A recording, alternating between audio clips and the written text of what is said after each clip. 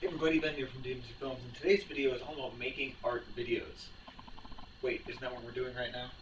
Now, making a video of you painting or drawing or doing what I'm doing by giving tips may seem really intimidating at first, but here's a few tips that you should keep in mind when you're making a video of your own. For starters, you want to get yourself a decent video camera. Something you're not going to be changing, AA batteries out every, 3 seconds. Also, a tripod helps too, but it's not really necessary. If you're doing something like a time-lapse video where your camera and your canvas are in a fixed position, you want to make sure you have ample room to work. Here's the same shot with the camera pulled out. As you can see, there's plenty of room to work and you're not cutting off anything around the piece. Now, if you don't have a camera yourself, you probably know somebody who does, and they more than likely let you borrow it for a little video here and there. And if you were born after the year 1985, odds are you have something with a camera on it yourself. Now, when you're speaking on a video to the camera, one thing is to make sure you don't look directly into the lens, because this looks awkward. One thing you want to do is look directly to the side of the lens, either up, down, left, or right. That way you're looking at something other than directly at the viewer, and it seems a little less awkward. Now, granted, the way you present yourself is equally as important. If you have a face that looks like you were hit with a door, you probably don't want to do videos. You might want to stick to a blog post. Now, depending on who you are, you might be a little more concerned about the way you look.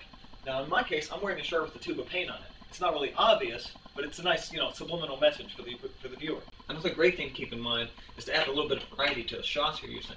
You don't want the same static shot of you just talking over and over again. Like what I'm doing in this video, you cut it up a little bit, make little pieces, and it's a little more dynamic, and it's easier to watch. And how you present yourself is going to make all the difference in the world, too. You don't want to look like a complete slob, nor do you want to look like somebody who's so completely high class that they lose touch with reality. Mother, would you be so kind to give me another glass of Chardonnay? Now, the beginning and ending of a lot of my tip videos are done right in front of this wall. This is a mural I did a few years back. It's also right next to a futon and a TV. That tells you things about myself. That I'm, pretty normal, per se. Granted, many of you won't have a giant painting to stand behind like the mural or maybe one of these, but odds are you're going to have some kind of studio environment where you can show your stuff. Now let's break down what we learned today. Decent camera, long battery life, tripod. Secondly, you want to make sure where your camera is being positioned. Stick on the side of your non-dominant hand if you're working on a piece, that way your body isn't blocking what you're working on. If you're just doing a tip video, make sure you're dynamic enough that you can move around, both you and the camera, and make the video interesting. You want to make sure that you yourself are presentable, as well as your environment. The last thing you want is people to judge you based on your environment, or the things you like to do, or the fact that your face looks like a train wreck.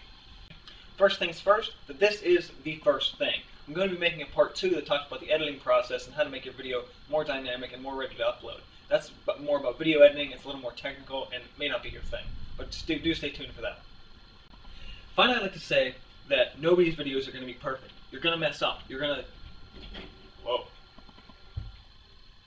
And finally, I'd like to say that nobody's videos are perfect. Odds are you're going to screw up, you're going to have these little mess-ups here and there, and you're not going to know your lines all the time. I don't do that all the time anyway. I screw up dozens and dozens of times in every video I make. Virtually every video I make. And odds are, you know what? Your videos aren't going to be perfect. You know what? What it really is practice makes perfect. Do a few test videos. Try things out first. You're not going to be an instant sensation overnight. I know I wasn't, and I'm still not really an instant sensation at all. So finally, you want to give your audience a great conclusion at the end. For me, I usually come up with some weird phrase along the lines of, please stay tuned for more tips, tutorials, and painting videos and films and all that jazz. This has been from DMC Films, signing out. Oh yeah, if you actually are interested in how much I really do screw up at the end of this year, I'm going to be uploading an outtakes video, so you'll see just how awful I really am.